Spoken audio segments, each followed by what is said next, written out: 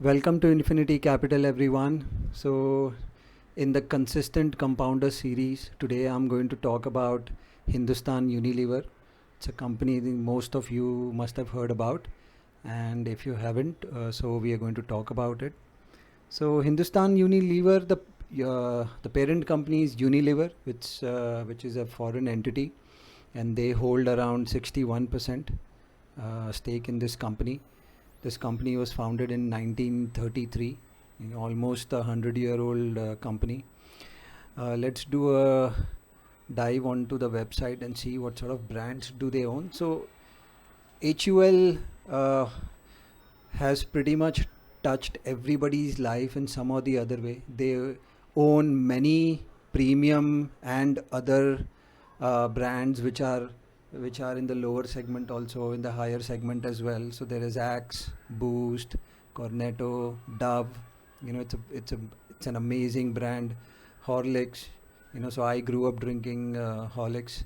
Knorr soups, Lux soaps, Lipton, Lifebuoy, Common Man's brand, Sunsilk, Vaseline. So if you see Pepsodent, Brew, they are pretty much in every segment. They touch almost each and every part of your day-to-day life. These brands are in some or the other way a part of your day-to-day life, and this is the reason why I'm looking at this company, because this these kind of companies are recession proof. COVID doesn't touch them. If COVID doesn't touch them, possibly nothing can touch them. So these are the kind of companies that I like to look at when I'm looking at a consistent compounder series, wherein the sales are going to be steady, and the business is going to go on irrespective of any other economic problems, right? So we are going to do a quick check on the market cap. It's around 5,50,000 crores. You guys may be wondering, why would you invest in such a big company right now? The story may be over. Why to invest in such a big company? But you have to understand, guys, that it's a consumption play.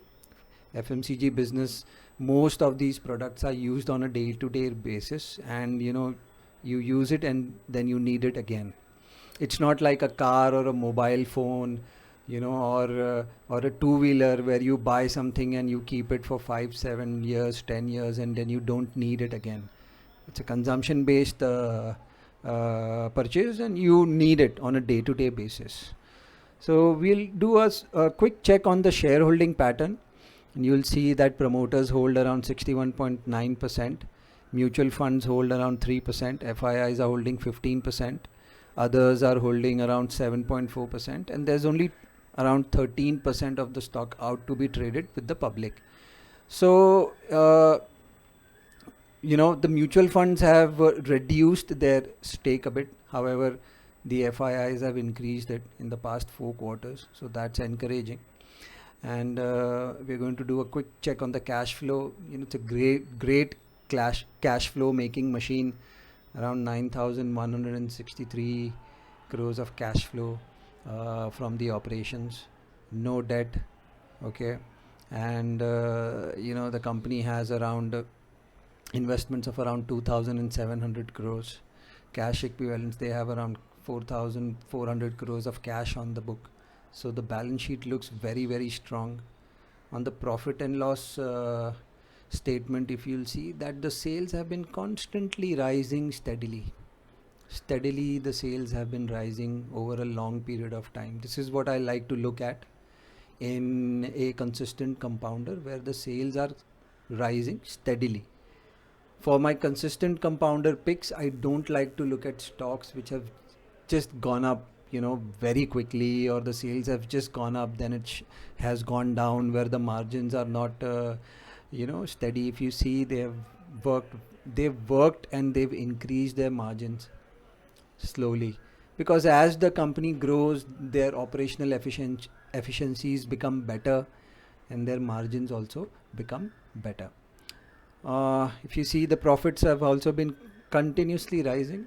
Continuously, they have been steadily rising. In the past 5 to 6 years, the profits have almost doubled. As compared to 2020, the profits are up around 1300 crores. Sales are also up.